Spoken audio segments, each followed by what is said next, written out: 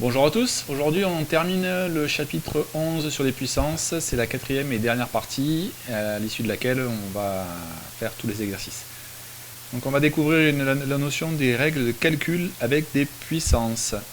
Donc on va voir comment ça se passe, il y a trois formules vraiment à connaître par cœur, que je vous inviterai à apprendre à connaître par cœur, il faut les maîtriser pour pouvoir après les utiliser de manière efficace. Donc les objectifs de ce dernier paragraphe, ça va être de connaître les règles de calcul sur les puissances de 10, donc celles les fameuses dont je viens de vous parler, de manière à être capable après d'effectuer des calculs qui comportent des puissances, et également de connaître les règles de calcul sur les puissances de n'importe quel nombre entier. D'accord ? Il y aura les puissances de 10 et aussi n'importe quel nombre entier, ça marchera pour tous les nombres entiers. On va commencer par l'activité 3, page 77. C'est parti. Effectuer sans calculatrice les trois calculs suivants. 10 puissance 4 fois 10 puissance 2, 10 au carré. Ça c'est pour le petit a. Petit b, 10 puissance 6 fois 10 puissance 3. Et enfin petit c, 10 puissance 7 fois 10 puissance 1. Alors pour l'instant, on ne sait pas multiplier, on ne sait pas calculer comme ça directement des calculs de puissance, donc je vous propose de les convertir en multiples de 10. Donc 10 000, on sait qu'à chaque fois on regarde la puissance et c'est elle qui nous indique le nombre de zéros. Donc c'est 1 et donc 4 zéros. 10 000 fois 1 et 2 zéros fois 100. Donc ça va nous faire, on le sait, on rajoute des zéros à chaque fois, donc 1, 2, 3, 4, 5, 6. Donc 1 million. D'accord ? Celui-ci, 1 million, puisqu'il y a 6 zéros, multiplié par 1000. Donc ça va nous faire 1, 2, 3, 4, 5, 6, 7, 8, 9 zéros, 1 milliard. Et enfin, celui-ci, 10 puissance 7, 10 millions. D'accord ? Puisque 1, 2, 3, 4, 5, 6, 7, 0, multiplié par, donc 10 puissance 1, 10. Donc c'est égal à 100 millions. Alors, est-ce que les trois résultats peuvent s'écrire sous forme de puissance de 10 ? Oui, puisqu'il me suffit maintenant de rebasculer dans l'autre sens, c'est-à-dire je compte le nombre de zéros, et ça me donnera la puissance. Donc ici, 1, 2, 3, 4, 5, 6, égale 10 puissance 6. Ici, 1, 2, 3, 4, 5, 6, 7, 8, 9, c'est égal à 10 puissance 9. Et enfin, 1, 2, 3, 4, 5, 6, 7, 8, c'est égal à 10 puissance 8. Alors, qu'est-ce qu'on peut conjecturer au sujet des produits de 2 puissance de 10 ? Alors, je rappelle que conjecturer, en fait, c'est accepter, admettre quelque chose sans forcément l'avoir démontré au départ. Donc là, c'est ce qu'on va faire. On va regarder un petit peu. Par exemple, 10 puissance 4 fois 10 puissance 2, ça fait 10 puissance 6. 10 puissance 6 fois 10 puissance 3, ça fait 10 puissance 9. 10 puissance 7 fois 10 puissance 1, ça fait 10 puissance 8. Qu'est-ce que vous remarquez là ? 4, 2, 6. 6, 3, 9. 7, 1, 8. Alors, ben oui, quand on ajoute, en fait, quand on multiplie 2 puissance de 10, on ajoute les deux exposants pour trouver le résultat. Bien, maintenant, le quotient d'une puissance. On va faire la même chose avec le 4. Donc ça, c'était pour le 1, le 2 et le 3, on les a fait. Maintenant, le E4. Effectuer sans calculatrice les trois calculs suivants, donc la même chose, avec 10 puissance 4 sur 10 puissance 2, 10 puissance 6 sur 10 puissance 3, et 10 puissance 7 sur 10 puissance 1. Donc 10 puissance 4, voilà, 10 000 divisé par 100. Ici, 1 million divisé par 1000. Et ici, 10 millions divisé par 10. Oui, donc si je divise en fait, hein, je peux simplifier maintenant au nombre de zéros. Donc ici, toc toc, 2 zéros, donc c'est égal à quoi? C'est égal à 100. Ici, 1, 2, 3 zéros, donc 1, 2, 3, c'est égal à 1000. Et ici, 1, 0, 1, 0, c'est égal à 1 million. Est-ce que les trois résultats peuvent se mettre sous forme de puissance de 10? Ben oui, hein, comme tout à l'heure.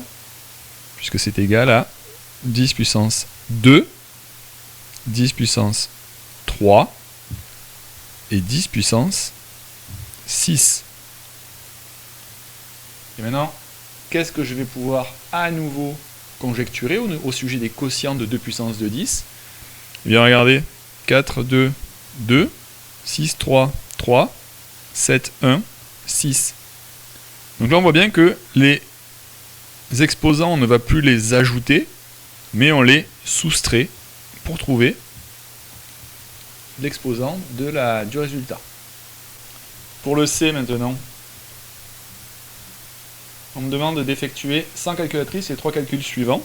Donc 10 puissance 4 au carré, 10 puissance 6 au cube, et 10 puissance 7 puissance 1.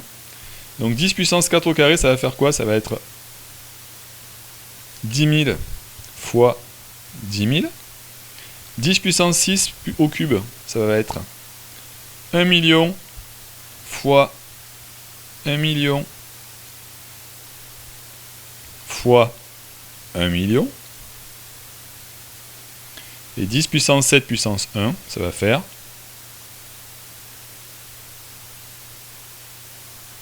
10 millions.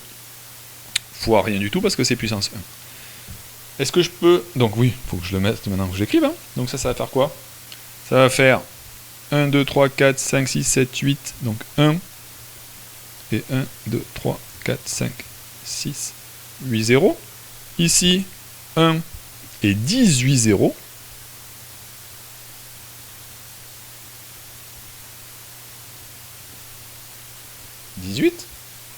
Et ici, ben, ça reste 10 millions.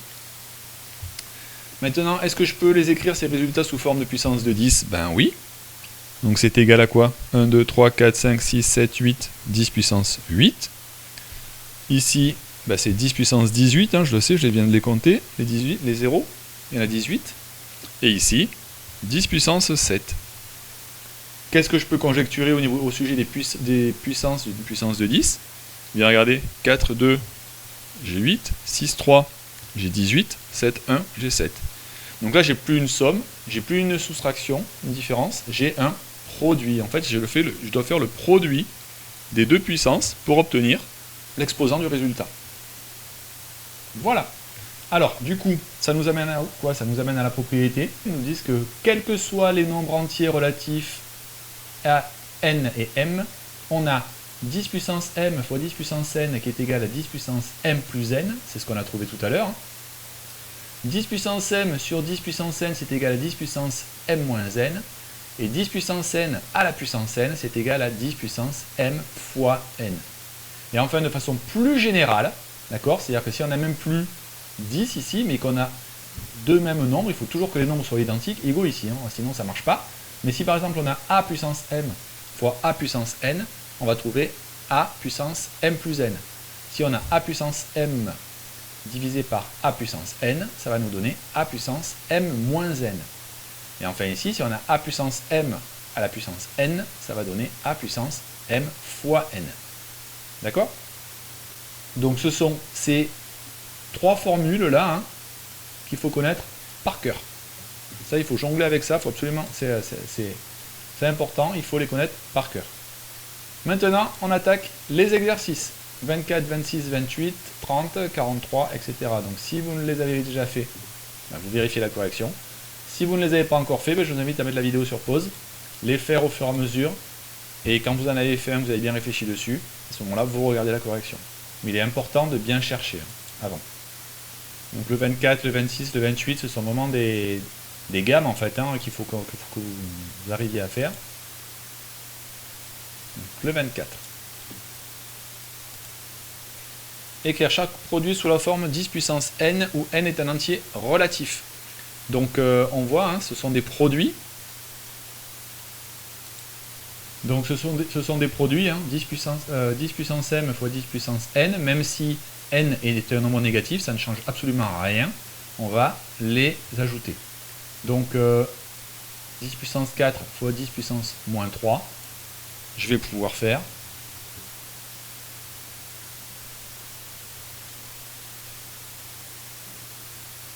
petit a, 10 puissance 4 fois 10 puissance moins 3, c'est égal à 10 puissance 4 moins 3, donc c'est égal à 10 puissance 1, 10.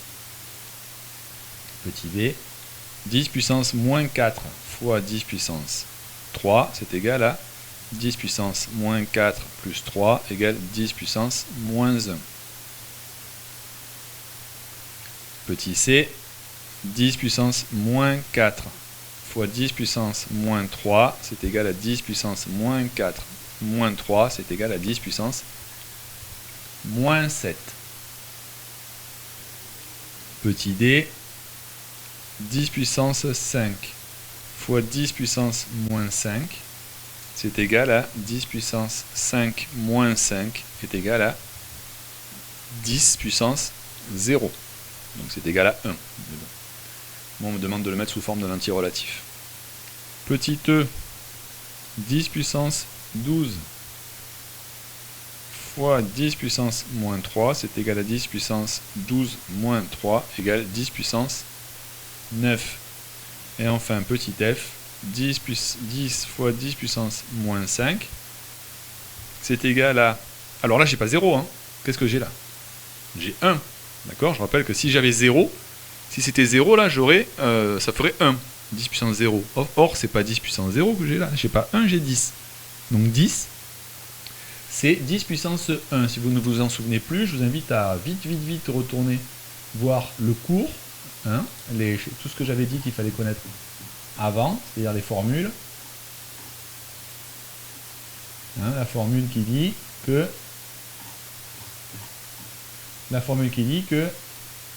a puissance 1 c'est égal à a. Ok? Bien. Attention, il faut connaître toutes ces formules, sinon.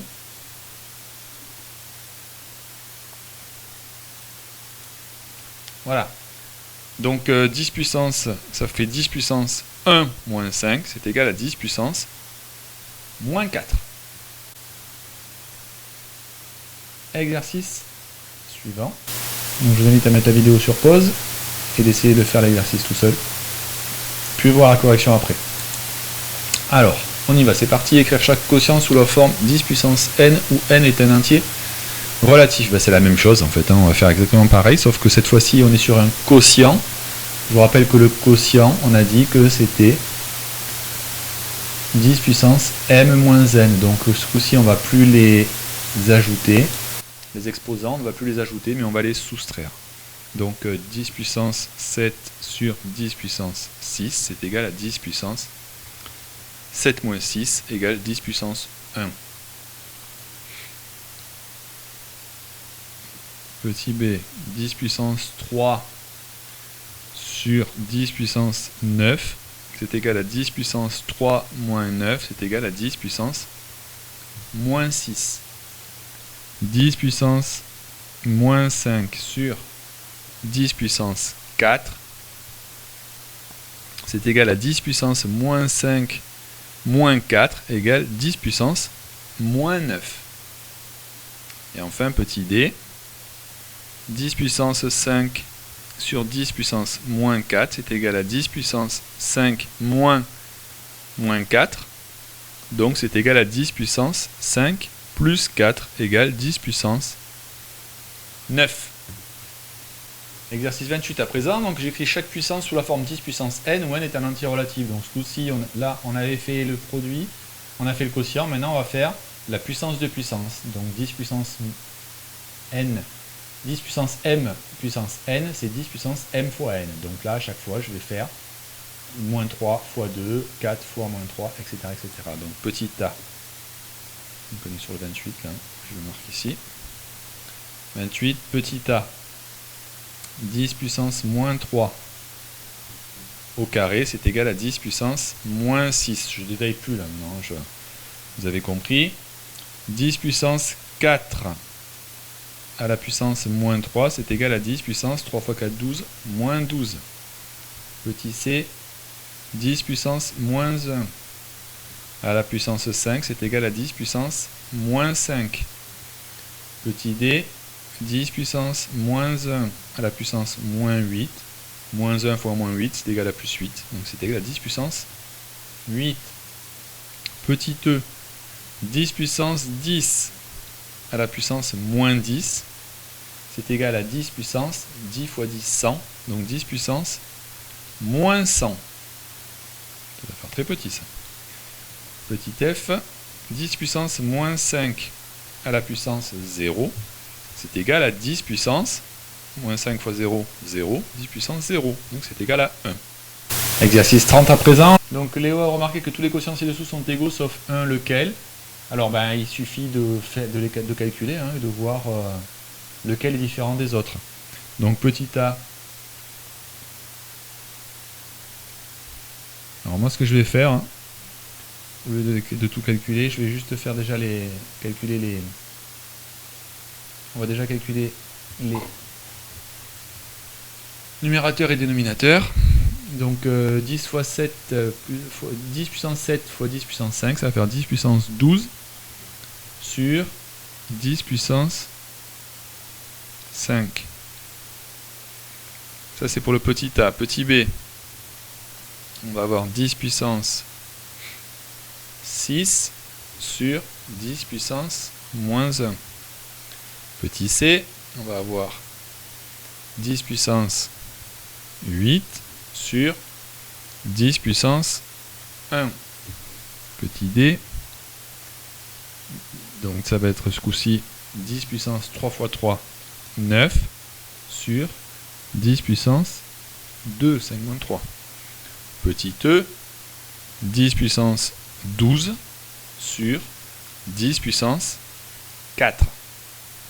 Petit f, 10 puissance 4 fois 5, 20 sur 10 puissance 6 et 6, 12 et 1, 13. 10 puissance 13. Donc maintenant, il me suffit de faire la soustraction entre l'exposant du haut et l'exposant du bas, à chaque fois. Et si je ne retrouve pas la même chose, celui où je ne trouverai pas un résultat égal aux autres, ce sera celui qui est différent. 12 moins 5, ça fait 7. Donc je pense qu'il faudrait que je trouve quelque chose qui soit égal à 7. Si je trouve ici quelque chose qui est égal à 7, ben ça veut dire qu'il faudra que je cherche celui qui n'est pas égal à 7. Si je ne trouve pas égal à 7 ici, ça veut dire que le différent, il est dans les deux là, et je cherche un autre. Donc ici, on a dit que ça faisait 7. 6 moins moins 1, ça fait 6 plus 1, ça fait 7. Ben voilà, déjà j'ai trouvé mon facteur commun. Bon, déjà j'ai trouvé mon exposant commun, c'est 7. 10 puissance 7, il va falloir que je trouve 10 puissance 7. Lequel n'est pas égal à 10 puissance 7. 8 moins 1, 7. 9 moins 2, 7. 12 moins 4, 8. Bim. C'est celui-là qui n'est pas égal. Donc voilà celui que Léo a trouvé. Et je vérifie quand même celui-là. Hein. 20 moins 13, ça fait 7. Le 43 maintenant. Donc je vous invite à mettre la vidéo sur pause. Si vous ne l'avez pas encore fait, faites l'exercice et après vous vérifiez la correction. Alors, écrire les nombres en notation scientifique. J'espère que vous vous souvenez ce que c'est. Donc pour ceux qui ne se souviennent plus ce que c'est que la notation scientifique, je vous invite à revenir sur le cours. Un nombre positif est écrit en écriture scientifique quand il est écrit sous la forme a fois 10 puissance n, avec a un nombre décimal ne comportant qu'un seul chiffre non nul devant la virgule. Donc un nombre qui est compris entre 1 et 10, 10 étant exclu. Attention, il faut le connaître par cœur ça aussi, hein. C'est quelque chose qui est très important et qui vous servira pour beaucoup d'autres activités. Donc on va commencer par le 27 fois 10 puissance 3, donc le petit a. 27 fois 10 puissance 3, qu'est-ce qu'il faut que je fasse? Il faut que j'arrive à trouver à mettre 27 sous la forme d'un nombre compris entre 1 et 10. Ben c'est quoi? C'est 2,7. Donc c'est égal à 2,7. Pour avoir 2,7, qu'est-ce qu'il faudrait que je fasse pour retrouver 27? Ben 2,7 c'est quoi? C'est 27 divisé par 10. D'accord? Donc c'est par exemple, ou ce serait plutôt 2,7 multiplié par 10 multiplié par 10 puissance 3. D'accord? Donc 10 fois 10 puissance 3, c'est comme si j'avais un 1 ici, donc c'est 10 puissance 4. Donc 27 fois 10 puissance 4. Petit b, 1800 fois 10 puissance 5. 1800 c'est quoi? C'est 1,8 fois 1000. D'accord? Donc c'est 1,8 fois 1000 fois 10 puissance 5. 1000 c'est quoi? C'est 10 puissance 3. Hein? 1, 2, 3. Donc 1,8 fois 10 puissance 3 fois 10 puissance 5. Donc c'est égal à 1,8 fois 10 puissance 3 plus 5, 8. Petit c, 390 fois 10 puissance moins 7. C'est égal à 3,90 multiplié par 100 fois 10 puissance moins 7. Donc c'est égal à 3,90 multiplié par 10 puissance 2 multiplié par 10 puissance moins 7. C'est donc égal à 3,9, je ne vais pas me retrimballer le 0 là, fois 10 puissance moins 5. Moins 7 plus 2, moins 5.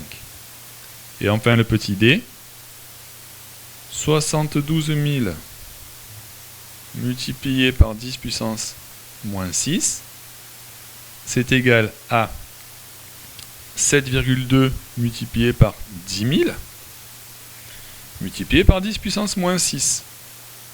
Donc c'est égal à 7,2 fois 10 puissance 1, 2, 3, 4 multiplié par 10 puissance moins 6. C'est donc égal à 7,2 fois 10 puissance moins 2. 4 moins 6 égale moins 2. Alors l'exercice 74, c'est un exercice classique de calcul de puissance. Il ne faut pas se laisser impressionner par le nombre de puissances. On les fait au fur et à mesure, les unes après les autres. Et ça va tous éliminer. Donc, soit le nombre C égale, on a dit 3 fois 10 puissance moins 4, multiplié par 5, multiplié par 10 puissance 2, puissance 6, sur 25 fois 10 puissance moins 2. On va calculer C. Donc C, ça va faire quoi? C'est égal à... alors déjà, c'est que la multiplication est commutative, donc ça veut dire que je peux permuter, je peux passer 5 ici. Donc 3 fois 5, ça fait 15, fois 10 puissance moins 4, fois 10 puissance 2 fois 6, 12. D'accord? Sur, je vais garder 25 fois 10 puissance moins 2. Donc maintenant, c'est égal à 15 fois 10 puissance moins 4 fois 10 puissance 12. Je les ajoute, donc ça fait 8. 15 fois 10 puissance 8 sur 25 fois 10 puissance moins 2. 10 puissance 8 sur 10 puissance moins 2, ça fait 8. Ça fait 10 puissance 8 moins moins 2. Donc c'est égal à 15 sur 25 fois 10 puissance 8 moins 2. Donc c'est égal à 15 sur 25 fois 10 puissance 10. D'accord? Donc ça c'est égal à 15 sur 25, ça se simplifie. 3 sur 5 multiplié par 10 puissance 10. 3 sur 5, c'est égal à combien? 0,6. Donc 0,6 fois 10 puissance 10. Après, on me demande de l'écrire en notation scientifique. Ça veut dire quoi? Ça veut dire que ce nombre-là doit être compris entre 1 et 10. D'accord? Il doit être supérieur à 1, enfin supérieur ou égal à 1, et surtout inférieur à 10. Or là, il est inférieur à 1. Donc qu'est-ce que je fais? 0,6 est égal à 6.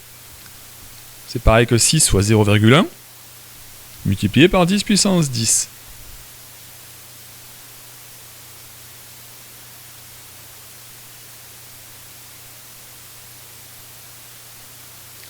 Et donc, c'est égal à 6.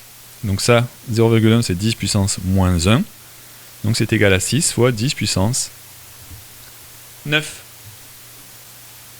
Alors le 81 maintenant, alors je vous invite vraiment à le faire, à faire les exercices. On arrive sur des exercices qui sont très intéressants, dans le sens où on est dans l'application pure et dure de ce qu'on vient de voir. Donc sur des problèmes qui relèvent même plus de la physique-chimie, des sciences, et c'est là où vous en aurez le plus besoin de toute façon.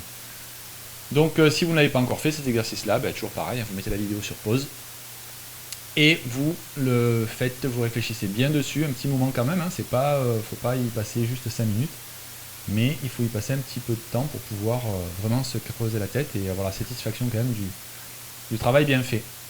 Donc on nous dit à la fin du à la fin du XVIe siècle, le savant italien Galilée travaille sur la chute des corps et met en évidence que la distance parcourue par un corps en chute libre ne dépend pas de sa masse. Aujourd'hui, on sait que cette distance est donnée par la formule d égale 9,81 fois t au carré sur 2, avec d égale la distance en mètres et t la durée de la chute en secondes. Petit 1 calculé. La distance parcourue par un corps en chute libre en 1, 2, 5 et 10 secondes, et enfin regrouper ces résultats dans un tableau. Alors, on sait que le petit d, c'est égal à 9,81 fois t au carré sur 2. On me demande donc en 1, 2, 5 et 10 secondes. Moi je vais déjà préparer mon tableau, comme ça ce sera fait. Et je vais directement marquer les résultats dans le tableau.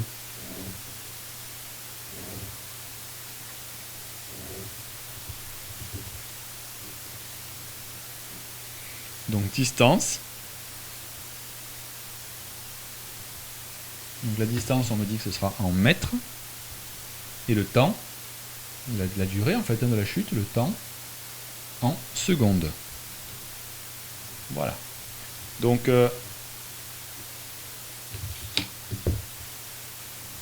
il faut que je fasse le calcul pour 1 seconde.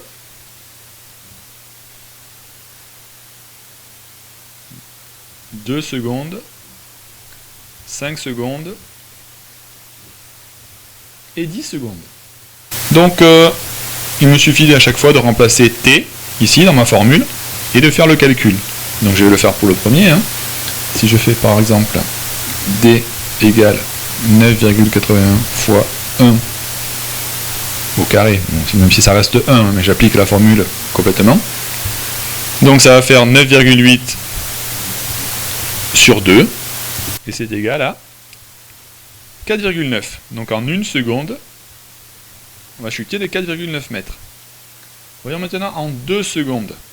Je vais le faire en dessous. D égale 9,8 multiplié par 2 au carré sur 2. Donc c'est égal à 9,8 fois 4 sur 2. Et ça va être égal à 19,6. Maintenant, si t égale 5, au bout de 5 secondes, 9,8 multiplié par 5 au carré sur 2, c'est égal à 9,5 fois 25 divisé par 2, et c'est égal à 118,75.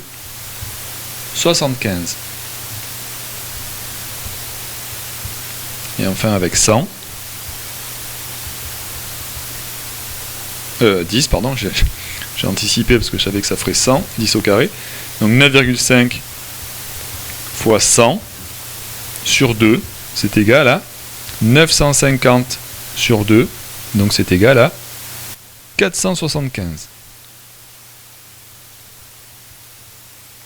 Alors la distance parcourue est-elle proportionnelle au temps? Justifiez la réponse. Eh bien en fait on voit bien que non, puisque si je passe par exemple d'ici, de cette colonne à cette colonne là, je devrais passer du simple, je passe du simple au double, Or là, je ne multiplie pas par 2 ici pour passer là. D'accord? Là, c'est pareil. 5 fois 2 égale 10. Par contre, 118 fois 2 n'est pas égal à 475. Moi, je dirais plutôt que la distance, elle augmente beaucoup plus que le temps. Vous trouvez maintenant au dixième de seconde près le temps mis par un parachutiste pour parcourir 2000 mètres en chute libre avant l'ouverture de son parachute. Donc, ça veut dire quoi? Ça veut dire qu'il faudrait que 9,81 fois t au carré sur 2, hein, parce que maintenant on n'a pas le, on cherche pas le temps, hein, on cherche pas la distance, on cherche le temps. Donc nous, l'inconnu, ce qu'on cherche, c'est t, de manière à ce qu'on ait ici 2000 mètres. D'accord? Alors comment je vais faire pour faire ça? Eh bien, je peux déjà multiplier des deux côtés, ici et ici, multiplier par 2.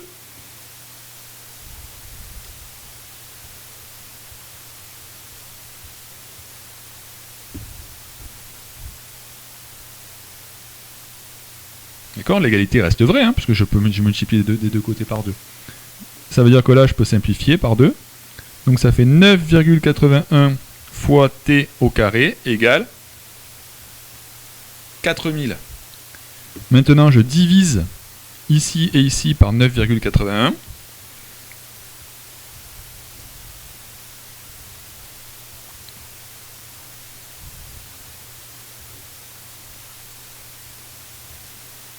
D'accord? Donc ça veut dire que t au carré, donc là ça se simplifie, ça fait 1, t au carré égale 4000 sur 9,81. Donc, t au carré égale 7472. 407,7472. Donc, t égale racine carrée de 407,7472.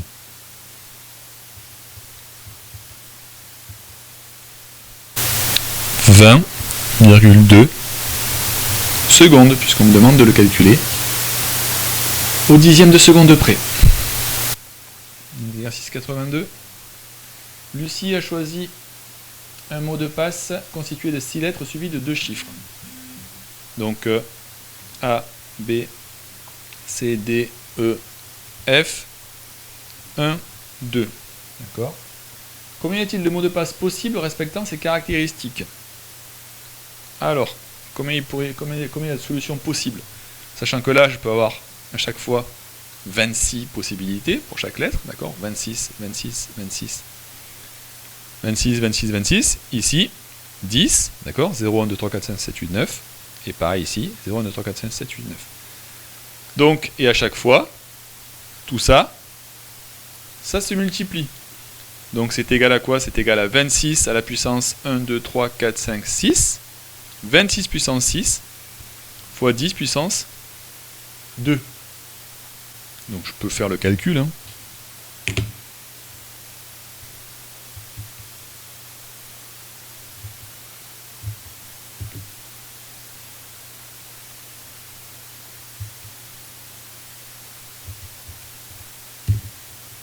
Et je trouve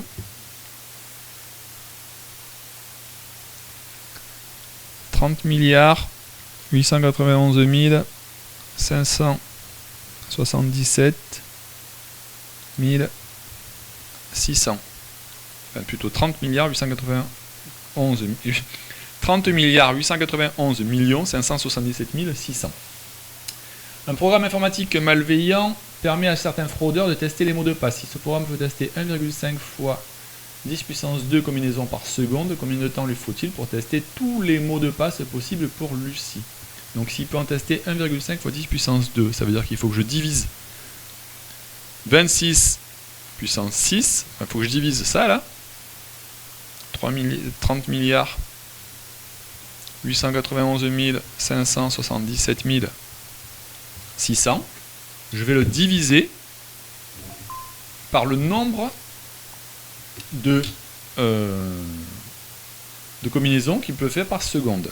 1,5 fois 10 puissance 2. Et je trouve 2,05 94 39 fois 10 puissance 8. Donc il me faut toutes ces secondes là pour tester. Je peux diviser par 3600 pour trouver le nombre d'heures. Donc c'est égal à 57 206,63, enfin, environ égal à ça en heures. 57 000 heures 206. Donc il y a le temps. Hein. Donc 57 206 heures, si je divise par 24, ça va correspondre à peu près 2383 jours. Si je divise par 365, on va compter qu'il n'y a pas on compte pas les années bissextiles, environ égal à 6 ans. Donc Lucie, elle a pas trop de soucis à se faire. Alors l'exercice 86, il aurait été intéressant si on en avait pu en parler un peu tous ensemble. Là c'est pas le cas, moi j'ai pas envie de le corriger tout seul en fait. Hein, c'est pas, il manquera pas beaucoup, hein, mais ça aurait été intéressant. C'était un travail à faire en groupe. Donc celui-là on va le passer. Et on va directement enchaîner sur le 87. Alors le 87, qu'est-ce qu'il nous dit? Il nous dit l'usine Les Grands Moulins de Corbeil dans l'Essonne est la plus grande minoterie de France. Donc une minoterie, c'est une fabrique de farine, hein, c'est un moulin en fait. Elle produit 180 tonnes de farine par jour. La farine est mise dans des sacs de 50 kg, combien de sacs sont produits chaque jour? Donc on a dit, on a 180 tonnes qui produisent donc 180 fois 10 puissance 3 kg de farine. Et bien on va diviser tout simplement 180 fois 10 puissance 3 par 50. Donc ça c'est égal à, c'était même égal, on peut même faire 180 fois 10 puissance 3 sur 5 fois 10. Donc 180 divisé par 5, ça fait 36. Donc c'est égal à 36 fois 10 puissance 3 sur 10 puissance 1.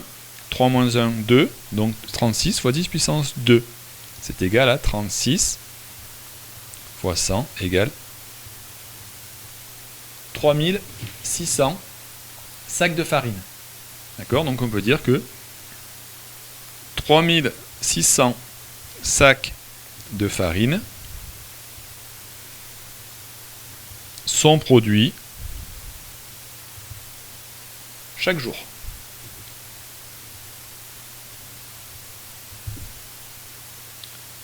Petit 2, 1 cm3 de farine pèse 8 fois 10 puissance moins 4 kg. Quel volume de farine représente la production annuelle de cette usine qui fonctionne 300 jours par an?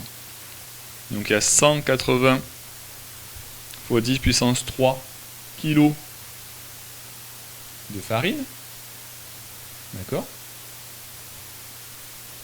Là-dedans, je vais regarder combien j'ai de centimètres cubes. Donc combien de fois j'ai 8 fois 10 puissance moins 4. Et je vais le multiplier par 300, qui est le nombre de jours de production. Donc ça va faire quoi ça?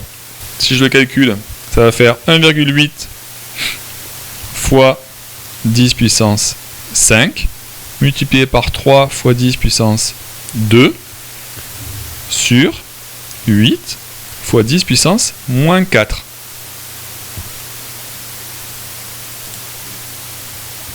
Ce qui va nous faire 1,8 fois 3, multiplié par 10 puissance 7, sur 8 fois 10 puissance moins 4. Donc c'est égal à, si je fais 1,8 fois 3, ça fait 5,4, que je divise par 8, ça fait 0,675. Donc c'est égal à 0,675 fois 10 puissance 7 moins 4, ça fait 7 plus 4, 10 puissance 11.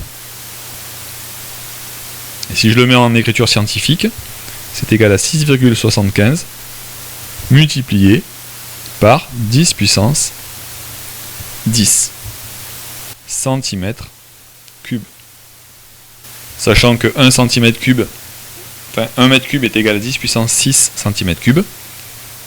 Donc c'est égal à 6,75 fois 10 puissance 4 mètres cubes. Enfin le 88, et on s'arrêtera là, puisque le 89 et le 90 sont des problèmes toujours pareil, hein, intéressants à faire à plusieurs pour en débattre. Là pour l'instant il n'y a pas trop d'intérêt à ce que je vous les corrige. Et déjà si déjà vous avez fait tous les exercices que je viens de corriger, je pense qu'il y aura eu du travail de fait.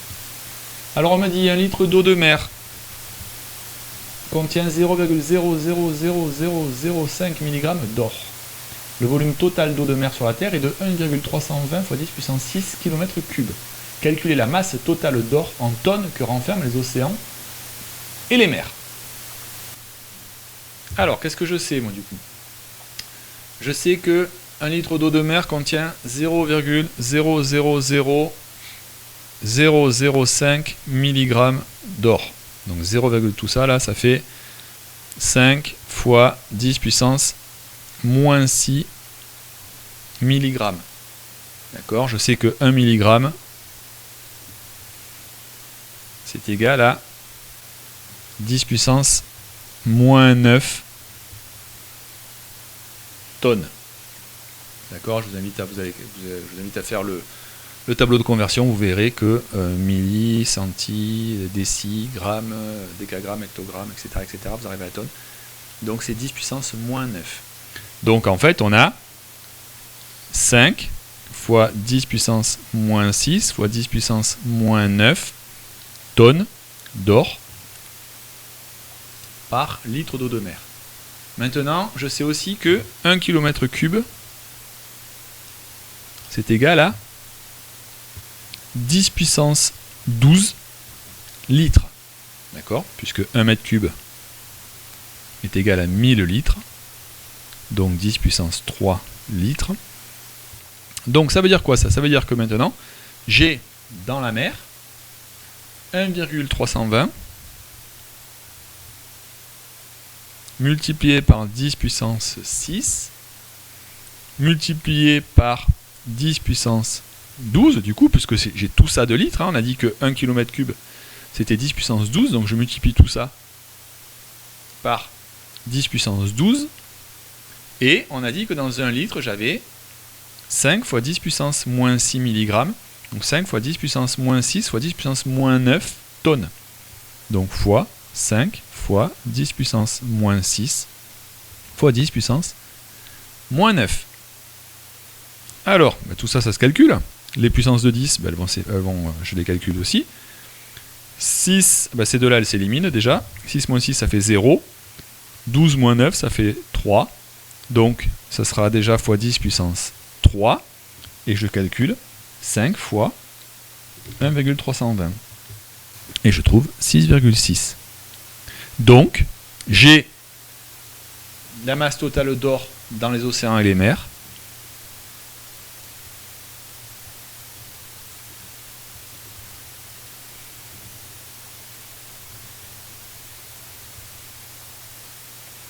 Et les mers est de 6,6 fois 10 puissance 3 ou 6600 tonnes. Ça fait beaucoup d'or. Hein. Voilà.